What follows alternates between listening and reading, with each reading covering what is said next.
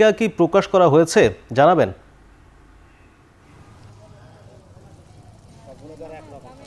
মোর্শেদ, আজকে প্রাথমিক তালিকা প্রকাশ করার কথা ছিল বিকেল 4টায়, কিন্তু এখন পর্যন্ত সে তালিকা প্রকাশ করেনি।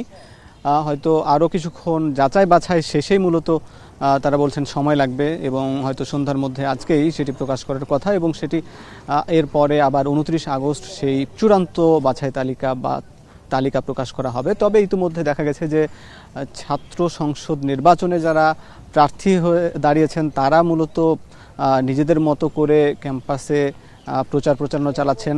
সেটি আনুষ্ঠানিক নয়, কিন্তু তবুও যারা যে দাঁড়িয়েছেন এজন্য বেশ আলাপ আলোচনায় উঠছে কারা প্রার্থী কারা ভোটার, এবং প্রার্থীরা প্রতিশ্রুতি দিচ্ছেন তারা ক্যাম্পাসে নির্বাচিত হলে এই ক্যাম্পাসকে বদলে এই ক্যাম্পাসের যে সকল সমস্যা আছে সেগুলো কিভাবে সমাধান করবেন সেই প্রতিশ্রুতিগুলো দিচ্ছে। ক্যাম্পাস মূলত জমে উঠেছে আমরা দেখেছি, যদিও এখন এই ক্যাম্পাস ছুটি হয়ে গেছে। শিক্ষার্থীরা যারা সকালে এসেছিলেন তারা ক্লাসে চলে গেছেন, বিকেলে অনেকেই এখানে ক্যাম্পাসে আসেন, ঘুরতে আসেন, কিন্তু শিক্ষার্থীরাও যারা যাতায়াত করছেন তাদের মধ্যেও বেশ বিভিন্ন স্থানে যেসব চায়ের দোকান থেকে শুরু করে সবখানে এই নির্বাচন নিয়ে আলাপ আলোচনা হচ্ছে। এখন পর্যন্ত জাকসু নির্বাচনে 273 জন প্রার্থী মনোনয়ন ফর্ম সংগ্রহ করেছেন এবং জমা দিয়েছেন। তাদের বাছাই চলছে এবং এরপরে হল সংসদেও প্রায় 476 জন মনোনয়ন ফর্ম সংগ্রহ করেছেন, জমা দিয়েছেন, এবং সেগুলো যাচাই বাছাই চলছে। এবং ইতিমধ্যে কিন্তু প্যানেল ছাত্র শিবির এবং ছাত্র সংসদ, বাংলাদেশ গণতান্ত্রিক ছাত্র সংসদ, তারা প্যানেল দিয়েছে।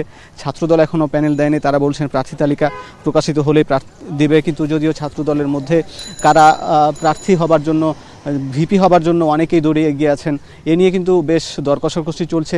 এবং এছাড়া বাম সংগঠনগুলো তারাও প্যানেল ঘোষণা করবেন। তবে সব কিছু মিলিয়ে এই ক্যাম্পাসে যেহেতু সবাই আবাসিক শিক্ষার্থী বা বেশিরভাগই যেহেতু পরিপূর্ণ একটি আবাসিক এই প্রতিষ্ঠান, এখানে সবাইকে চেনেন।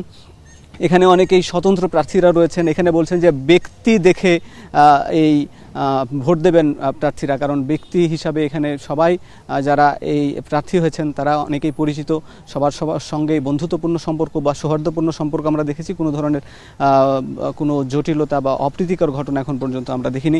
মোর্শেদ, এই ছিল মূলত এই জাকসু নির্বাচনের খবরাখবর।